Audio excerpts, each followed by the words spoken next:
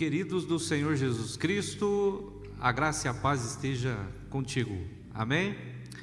Hoje o nosso 25º passo, olha que bênção, hein? Só o 25º e estamos terminando a nossa caminhada, pelo menos por enquanto, né?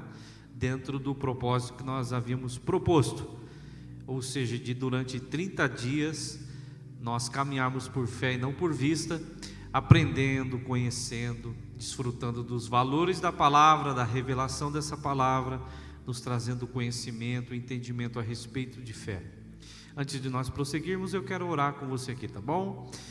Lembrando que, já que estamos indo para o término do nosso propósito, no dia 7 de setembro, que é o nosso último dia, nós não vamos ter mensagens gravadas como essa. Tá certo? Então guarda aí, nós não vamos ter mensagem gravada para você desfrutar dela naquele dia, porque a mensagem, a última mensagem, a 30ª, nós vamos fazê-la ao vivo, tá? Nós vamos então ter aqui a live no nosso culto, que é uma terça-feira, a partir das 18 horas, e o nosso convite é que você esteja conosco no culto, tá bom? Então você que está acostumado com a mensagem ali sendo liberada a partir das 0 horas, né, do dia, essa mensagem ela vai acontecer às 18 horas ao vivo, né, sendo transmitida aqui do nosso templo.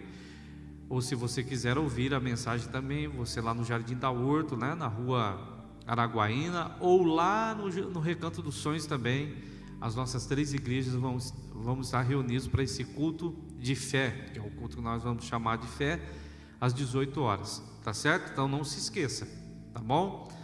Então vamos lá. Amado Pai, querido Deus, pedimos a Tua direção e graça na pessoa do Seu Espírito, a revelação da Tua palavra, o compreendimento da Tua palavra pela verdade, somente pela verdade. Ajuda-nos em mais um dia em que nós estamos dispostos a aprender contigo e a conhecer do Senhor, que assim seja. Então vamos lá. Lucas, o evangelho que Lucas escreveu, o médico amado, capítulo de número 17, verso de número 5. Pega aí a tua Bíblia, Lucas 17, 5.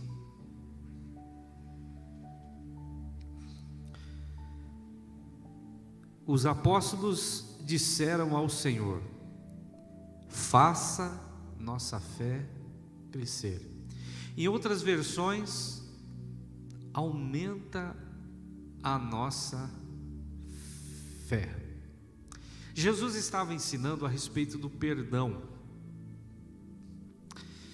e havia alguns costumes ligados à fé judaica que limitavam eles na hora da prática do perdão.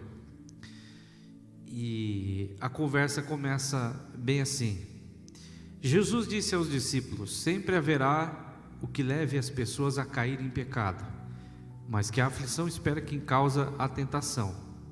Seria melhor ser lançado no mar com uma pedra de moinho amarrado ao pescoço, que fazer um desses pequeninos pecar. Portanto, tenham cuidado. Se um irmão pecar, repreenda-o, e se ele se arrepender, o perdoe. Mesmo que ele peque contra você 7 vezes por dia, e a cada vez se arrepender e peça perdão, perdoe.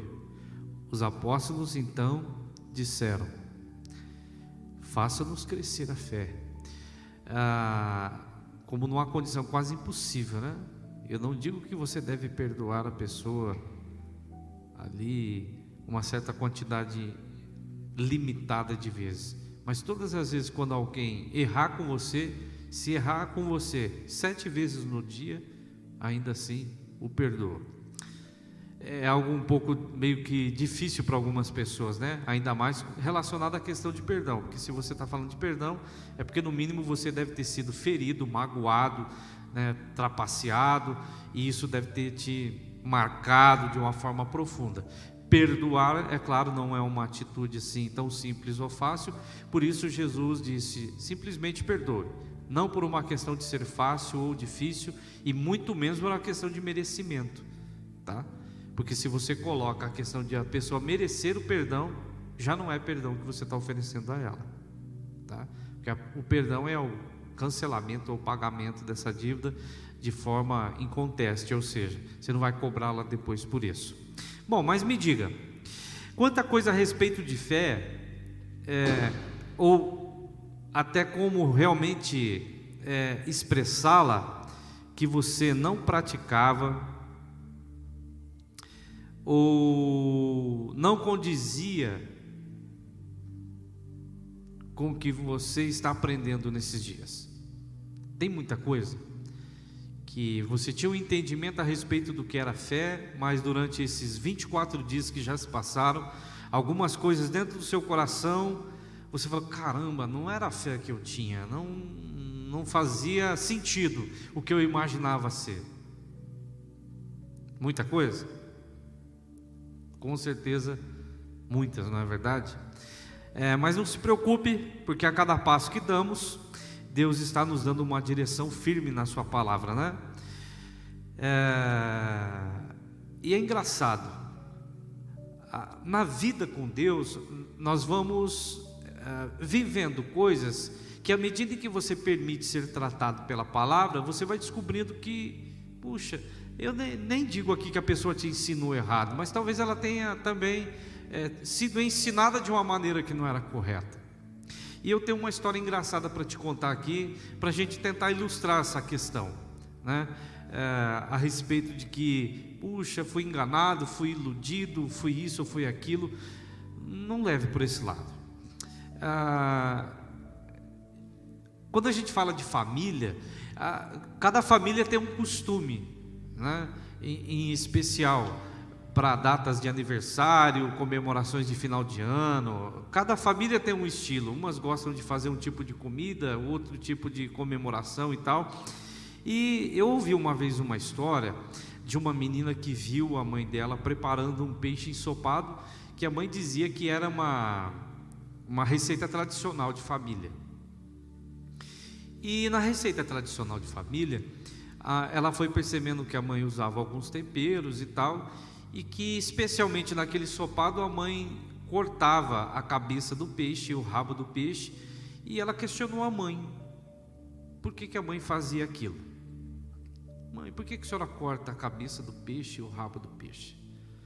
Aí a mãe falou assim: ó, esse aqui é o ensopado preferido da sua bisavó, e a sua avó, a minha mãe, aprendeu com a bisavó, né, com a bisa, que era a mãe dela, que ela cortava a cabeça e o rabo, e assim passou para, né, para quem era a sua avó, e a sua avó me ensinou, e agora estou ensinando para você.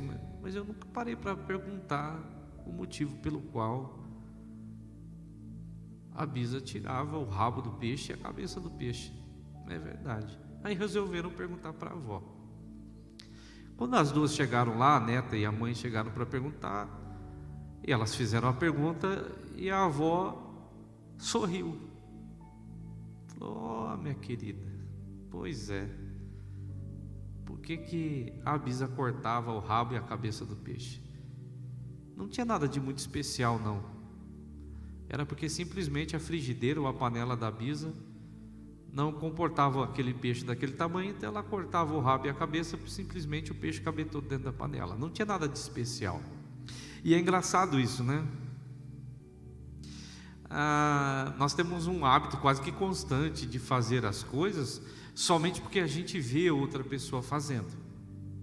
É ou não é? Em muitos casos isso acontece.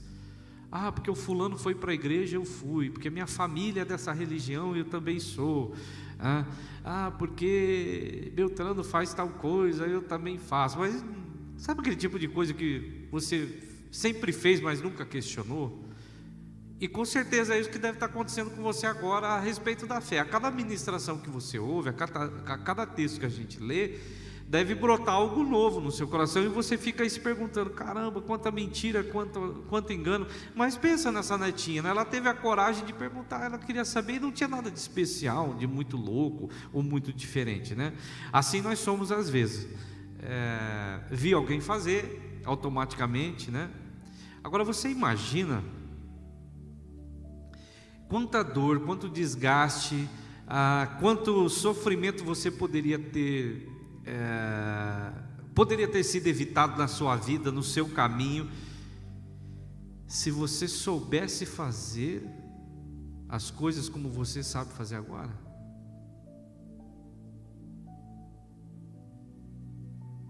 Aí chega a dar um nó assim, você fala, caramba, né? Poderia ter ganho tempo ou coisa parecida. Sabe que Deus um dia falando para o seu povo, porque nós imaginamos que o sofrimento e a dor, é claro, sempre tem uma raiz, mas pensa comigo, você acredita em Deus há tanto tempo, mas a sua crença nele não mudava a tua vida, não mudava as coisas à sua volta. E o povo de Israel passou por um período desse, e Deus falou assim para ele: olha, meus queridos, o seu sofrimento poderia ter terminado se vocês simplesmente soubessem quem eu sou. Está escrito no livro do profeta Oséias. Se vocês soubessem quem eu sou, o sofrimento de vocês teria acabado. Então veja bem, que mesmo tendo fé ou crença, né, e você falando que acredita em Deus, nada mudava. Mas por que não? Porque você não conhecia Deus de verdade. Os discípulos ficaram admirados com o que ele acabou de falar, né? Olha, se alguém falhar com vocês, perdoe essa pessoa tantas vezes quanto for necessário. Se errar 1.000.000 de vezes, perdoe essa pessoa. E aí eles gritaram: Senhor, isso é impossível, então aumenta a minha fé, porque o Senhor está pedindo algo muito difícil para a gente, está pedindo algo muito, muito grande. Aí Jesus fala: não, mas isso não é necessário. Isso que? Aumentar a fé? Não, não é necessário. Se vocês estão dizendo para mim que acreditam, isso é o suficiente para uma situação difícil deixar de ser difícil, ou simplesmente desaparecer diante dos seus olhos. Porque a questão aqui não é o quanto eu tenho, mas se eu acredito ou não. A questão aqui é em quem eu creio.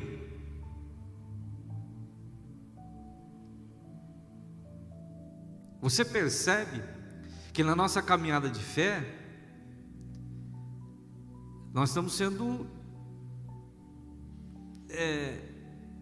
regulados, colocados no lugar, né? É engraçada a nossa vida. Nós temos uma tendência a querer fazer justiça com a nossa própria mão. E seja honesto, quando você é injustiçado e você tem a opção de fazer a justiça e pode fazer a justiça, você realmente é justo? Ou quando você é ferido, magoado, trapaceado, seja lá o que for, você pensa aqui dentro da sua cabeça assim: ó, eu vou fazer muito mais do que fizeram comigo, porque ele não sabe a dor que eu... É ou não é? É assim que nós somos. E você pode ver que tem pessoas que aí na hora de fazer justiça por si mesma, ela não tem limites. Ela quer cobrar uma conta alta, né? Porque ela ela se sente qualificada para aquilo, condicionada para aquilo. O padrão de alguns, né, é muito alto quando ele vai cobrar uma dívida. É ou não é? Então, se algo estiver acontecendo,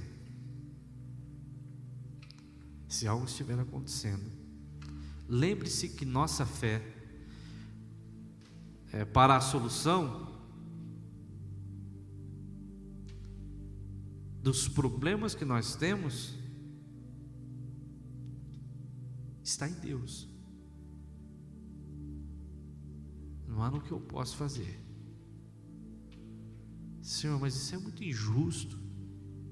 Se alguém pecar contra mim, me magoar, me ofender, me prejudicar, eu não posso fazer nada contra, eu só tenho que perdoar. Deixar com que Deus, sim, exatamente isso, deixar com que Deus trabalhe por você, porque a nossa fé, lembra? Ela tem que estar no que Deus é capaz de fazer, e não naquilo que eu espero que Ele faça. Olha, se a razão de nós não sermos abençoados, na maior parte das vezes, como nós iniciamos aqui, é o fato de nós não conhecermos o nosso Deus, porque à medida em que você não o conhece, o que fez você sofrer até agora não foi a falta de fé e o entendimento a respeito de que existe um Deus, mas foi o fato de você não conhecer o Deus a quem você dizia acreditar nele. E o Deus que você dizia que acreditava nele não é o mesmo Deus que nós estamos aprendendo aqui através da palavra. Ele não é. Se deu conta disso? De que muita coisa parecia não encaixar e agora parece tão diferente. Então continue abrindo seu coração, não se prenda, não se perturbe. Como diz o texto, creia em Deus, creia também em mim, porque na casa do meu Pai tem muitas moradas, e se não tivesse, eu teria dito, eu vou preparar lugar. Mas Deus é tão maravilhoso que eu falei, não, já tem lugar para todo mundo. Ou seja, o crescimento da fé, a nossa fé cresce à medida que nós conhecemos a Deus, e que dele nós aprendemos uma lição gloriosa hoje, uma lição poderosíssima.